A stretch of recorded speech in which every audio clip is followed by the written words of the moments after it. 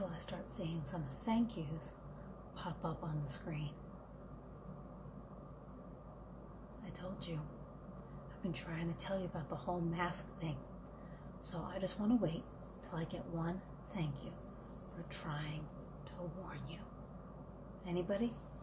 Well, today a friend brought by, hey Anna, hey Joanna, brought by this awesome fabric. So maybe some guys will want the fabric who shave their beards or mustaches because they can't have them, so that'd be an awesome little mask right over their face. So, you know, I just thought I'd wait till somebody says thank you. I tried to tell you. So this is going to be a little stream of consciousness. I'm not sure if all that I have to say will be cohesive or all come together well, but there's a Greek goddess by the name of Ariadne, and she popped up in a book that I was reading called The Dance of the Dissident Daughter by Suemonkkidd, and there's a reinvention of the word dissidence today that was brought to my attention today about cognitive dissonance.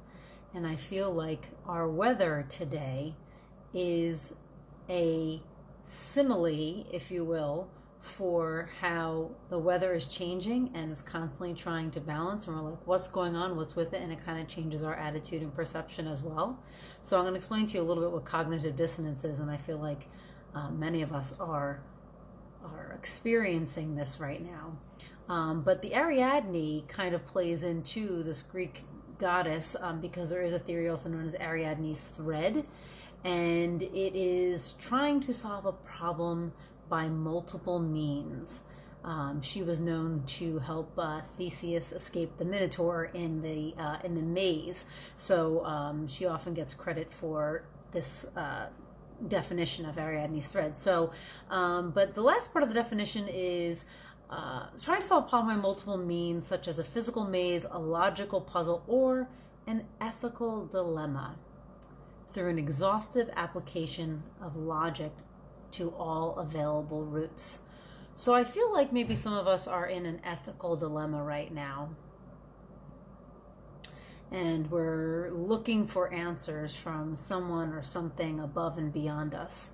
And from that same book, The Dance of the Dissident Daughter, the author says something to the effects of, can you assume your own authority in becoming human? So she continues to say, in our desperation and pain, we will create a savior out there because we cannot recognize our own strength, daring, creativity, and power. So this is not unlike my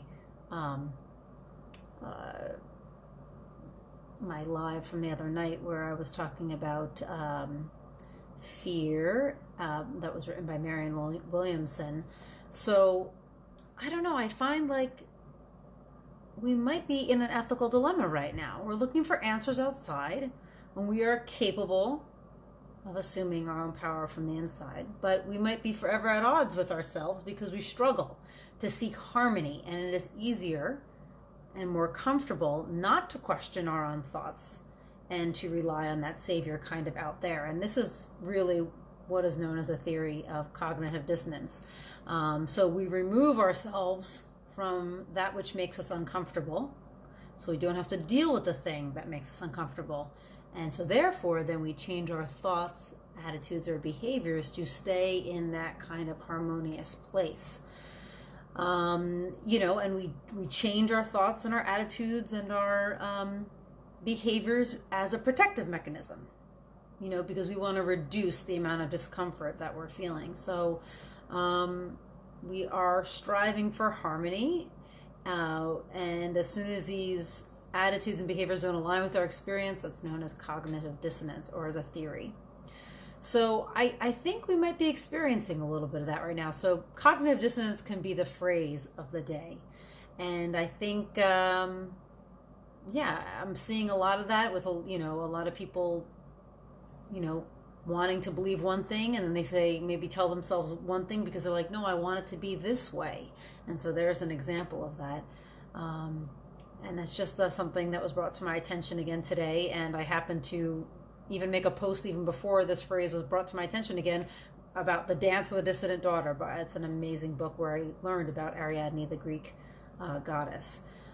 There was something else I was going to say, and now it escapes me. I forgot.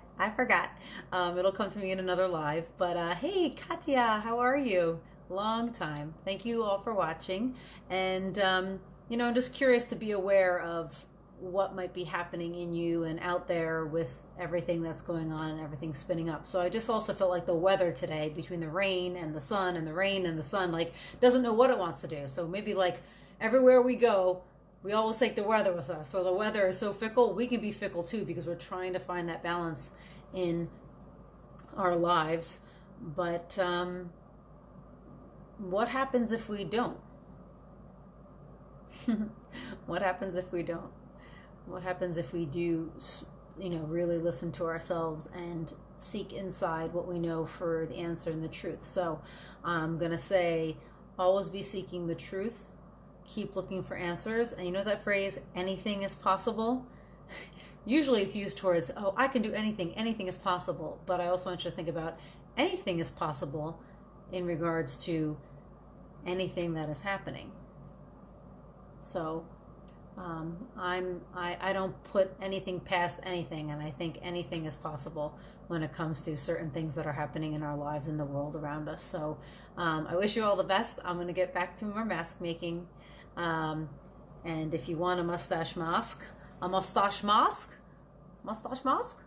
me know. I don't look that bad with a mustache. I don't look that bad. Have a great night, everybody.